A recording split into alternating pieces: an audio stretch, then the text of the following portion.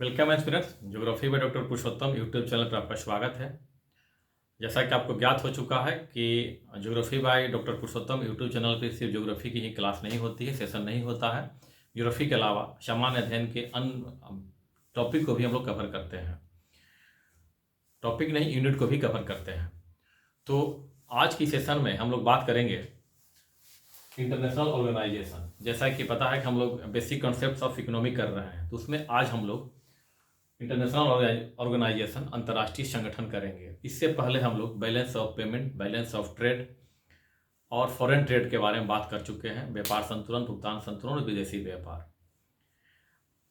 अंतर्राष्ट्रीय संगठन को ये जो लिखा हुआ टाइटल आपका अंतर्राष्ट्रीय संगठन, इसको एक अन्य तरीके से भी हम लोग देखते हैं। इसे भारतीय अर्थव्यवस्था को प्रभावित करने वाले बाहरी कारक भी कहते हैं, लेकिन चूंकि ये प्रारंभिक परीक्षा का टॉपिक है तो यहाँ पर इसकी चर्चा करना जरूरी नहीं है। तो आज हम लोग बात करेंगे इंटरनेशनल ऑर्गेनाइजेशन में आईएमएफ के बारे में बात करेंगे और वर्ल्ड बैंक के बारे में बात करेंगे। ये दोनों ही क्यों करेंगे? क्योंकि प्रश्न जब भी प्रारंभिक परीक्षा में आए हैं, जब भी नहीं कई बार ऐसा हुआ है कि दोनों को तुलनात्मक तरीके से पूछा है। इसीलिए अंतर्राष्ट्रीय संगठन में हम लोग आईएमएफ और वर्ल्ड बैंक को साथ साथ करेंगे। अब प्रश्न ये होता है कि प्रश्न कैसे आते हैं, क्योंकि हम लोग पहले क्या रूपरेखा होती है प्रश्न पूछने की प्रारंभिक परीक्षा में, उसकी एक हम लोग रूपरेखा देख लेते हैं। तो प्रश्न हमारा कैसा हो सकता है या होता है? प्रश्न हमारा ये होगा कि कौन सी संस्था जो है, अंतर्राष्ट्रीय संगठन जो है, वो दीर्घकालीन ऋण प्रदान करती है, कौन सी अल्पकालीन ऋण प्रदान करती है, कौन सी कम ब्याज दर पर देती है, कौन सी अधिक ब्याज दर पर देती है, कौन सी संस्था जो है युद्ध जर्जित, जो युद्ध में बर्बाद हो गए हैं देश, उसको पुनर्निर्माण के कौन सी संस्था ऋण देती है, कौन सी भुगतान संतुलन की ऋण प्रदान करती है। ये हमारे प्रश्न होते हैं पूछने के। इसके अलावा प्रश्न ये होता है कि अगर हम आईएमएफ के बारे में बात करें, वर्ल्ड बैंक की तो बात करेंगे पहले, चूंकि हम आज आईएमएफ के बारे में ही चर्चा करेंगे अभी। तो जैसे कि प्रश्न हमारा ये होता है कि भारत आईएमएफ से किस वर्ष से लोन लेना बंद कर दिया। इसके अलावा ये प्रश्न होता है कि भारत कब से आईएमएफ को वित्त पोषक राष्ट्र में शामिल, कब से वो आईएमएफ को पैसा देता है। इसी प्रकार से प्रश्न ये होता है कि जो कोटा निर्धारित किया जाता है उसका मानक क्या है, भारत का अभी जो कोटा है वो कितना % है, एसडीआर क्या है। ये सारे प्रश्न होते हैं। तो आइए देर न करते हुए, लेकिन हमने ये जो डायमेंशन दिया है उस क्लास को, इस सेशन को देखते समय ये डायमेंशन अपने दिमाग में बैठा के रखेंगे, क्योंकि प्रश्न आपके प्रारंभिक परीक्षा में इसे गलत नहीं होंगे। तो आइए देर न करते हुए हम लोग इसकी चर्चा करते हैं, आईएमएफ, अंतर्राष्ट्रीय मुद्रा कोष और वर्ल्ड बैंक के बारे में। अगर आप इस चैनल पर नए हैं तो आप चैनल को सब्सक्राइब कर लें, लाइक करें, और सेशन समाप्त होने के बाद अगर अच्छा लगे तो आप कमेंट भी करें और दोस्तों के साथ शेयर भी करें। तो आईएमएफ और वर्ल्ड बैंक की स्थापना करने की पृष्ठभूमि है, क्योंकि first world war, second world war और first war second world war के बीच जो ग्रेट रिसेशन था, उसने पूरे विश्व की अर्थव्यवस्था को चौपट करके रख दिया था। एक देश दूसरे देश से पूरी तरीके से कटे हुए थे, अविश्वास की भावना जग चुकी थी। ऐसी स्थिति में सेकेंड वर्ल्ड वार समाप्त होने से पहले ही अंतर्राष्ट्रीय सुगबुगाहट शुरू हो चुकी थी कि किस प्रकार से ऐसे अंतर्राष्ट्रीय संगठन की स्थापना की जाए, एक या एक से अधिक, जिससे कि विश्व की अर्थव्यवस्था पटरी पर आ सके और देश जो है आपस में जुड़ सके। तो ये विचार सबसे पहले आता है देशों को आपस में जोड़ने के लिए आर्थिक आधार पर कैसी संस्था बनाया जाए। वो आता है विचार होता है हैरी डी व्हाइट के मन में, यूएसए के रहते हैं, जिसे हम लोग व्हाइट प्लान कहते हैं। यूएसए के हैं व्हाइट प्लान। सेम इसी समय, इसी पीरियड में केनियंस प्लान भी आता है, ब्रिटेन के एक बहुत बड़े, दोनों ये जो थे दोनों इकोनॉमिस्ट शास्त्री थे। तो व्हाइट प्लान यूएसए में और केनियन प्लान ब्रिटेन में आता है।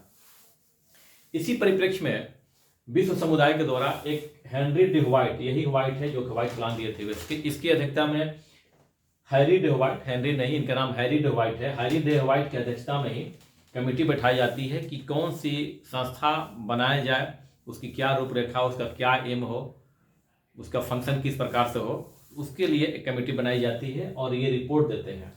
इसी रिपोर्ट के आधार पर, हैरी डी व्हाइट की रिपोर्ट के आधार पर दो संस्थाओं का गठन होता है, वर्ल्ड बैंक का भी और आईएमएफ का भी। लेकिन चूंकि हम लोग अभी वर्ल्ड बैंक के बारे में, आईएमएफ के बारे में बात कर रहे हैं, तो उसी को लेकर चलेंगे। तो हैरी डी व्हाइट की जो रिपोर्ट देते हैं, उस रिपोर्ट के मूल्यांकन में, उसी के आलोक में ब्रेटन वुड में एक सम्मेलन होता है जो कि यूएसए में है, और ये सम्मेलन जो है जुलाई 1944 को होता है। और यहाँ पर जो भी सदस्य शामिल थे उन्होंने लगभग सभी लोग इस बात पर सहमत हो जाते हैं कि अंतर्राष्ट्रीय संगठन का निर्माण किया जाए ताकि वित्तीय समस्याओं का समाधान हो सके। और यहाँ तो सहमत हो गए जुलाई 1944 में, और 1945 में इसका निर्माण हो जाता है और ये एस्टैब्लिश हो जाता है 27 दिसंबर 1945 को इसकी स्थापना हो जाती है। हालांकि कार्यशील होता है, क्रियाशील होता है 1947 ईस्वी से, लेकिन स्थापना हो जाती है। इसके जो संस्थापक सदस्य थे, जो फाउंडिंग मेंबर थे, वो 44 थे, 44 फाउंडिंग मेंबर्स थे।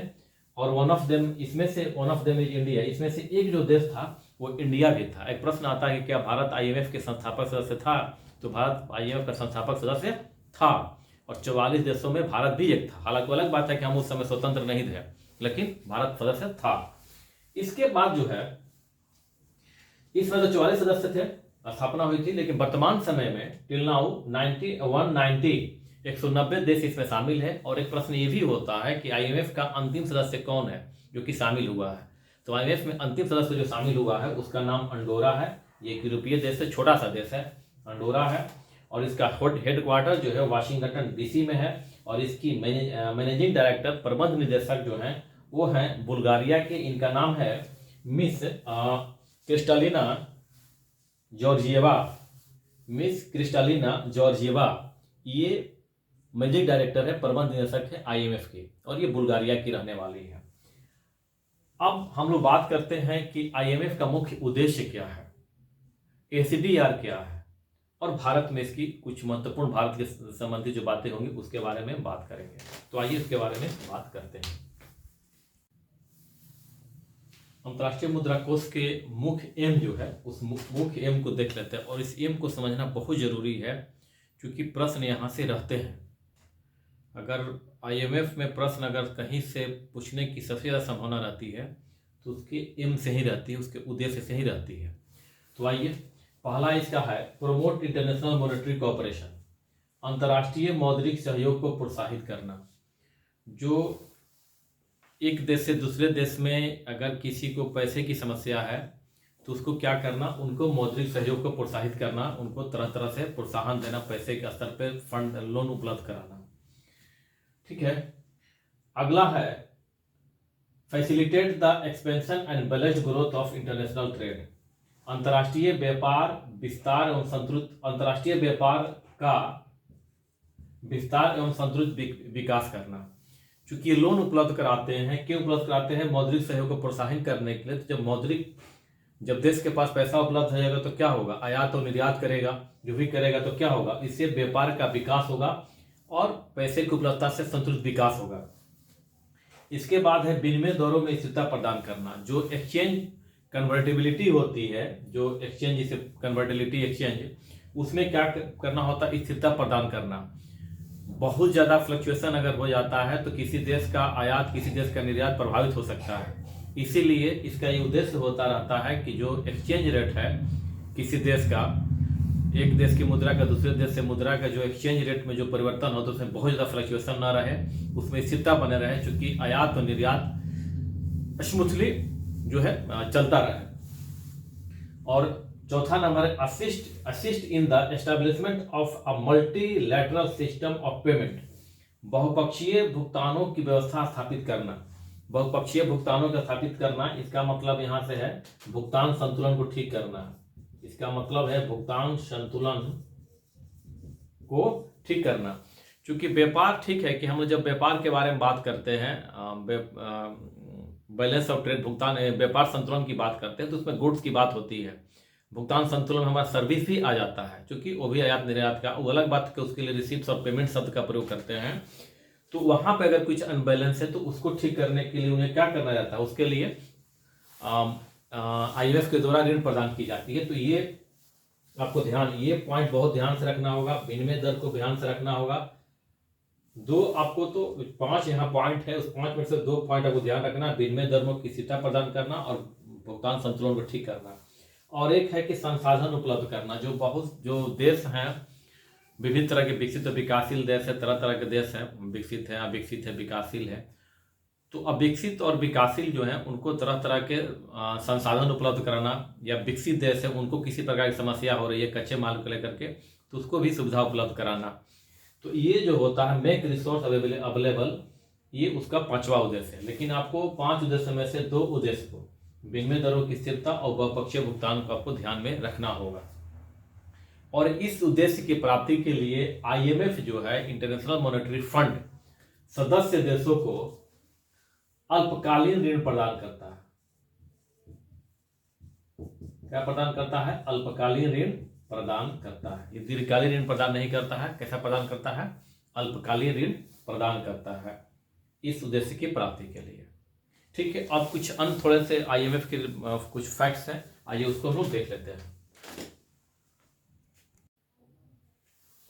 IMF में एक महत्वपूर्ण शब्द आता है SDR, special drawing right, special drawing right, विशेष आहरण अधिकार।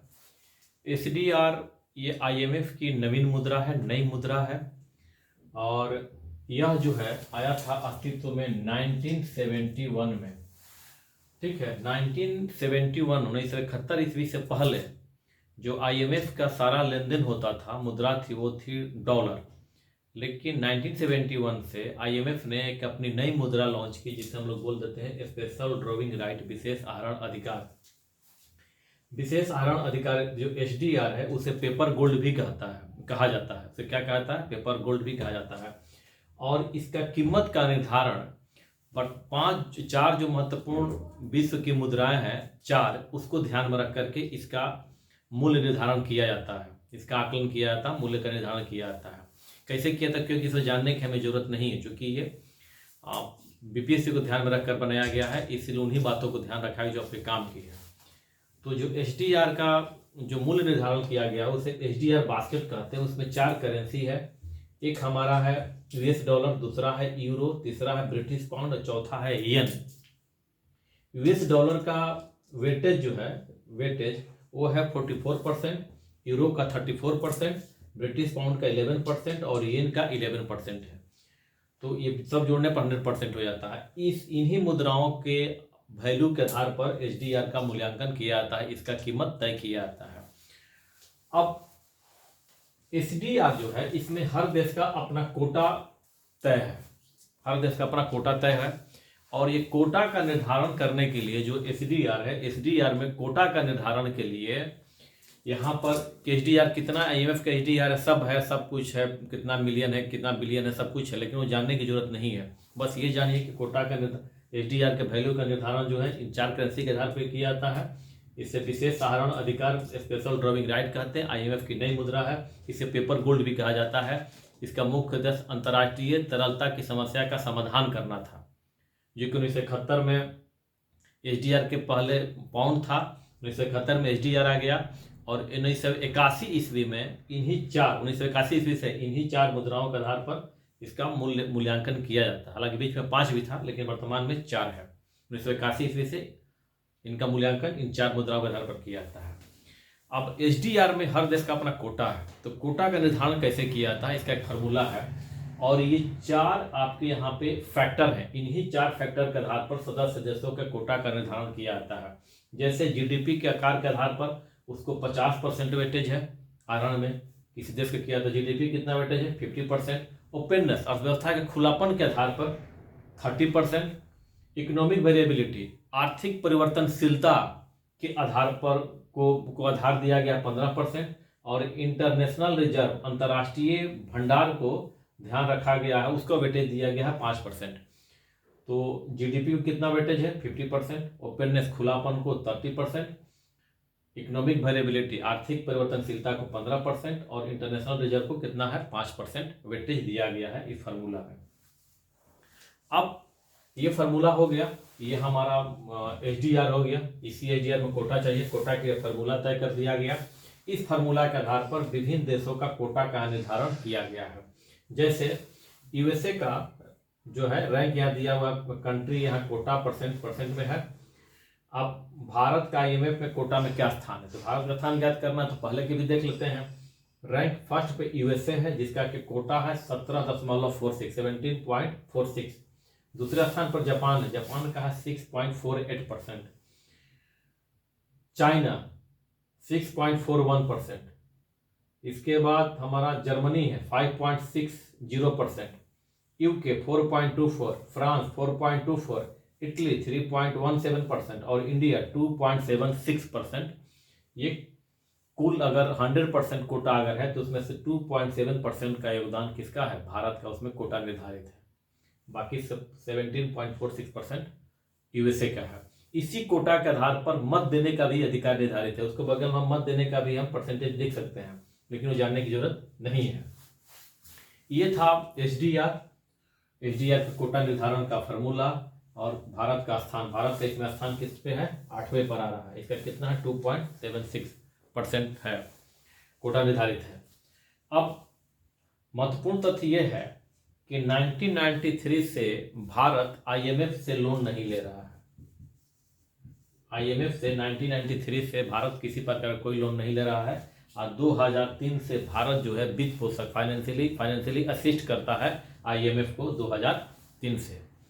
तो ये प्रश्न आपके लिए महत्वपूर्ण हो सकता है कि भारत कब से आईएमएफ से लोन नहीं ले रहा है? तो 1993 से। और वित्त पोषक फाइनेंशियली असिस्ट कब से करता है आईएमएफ को? तो 2003 ईस्वी से।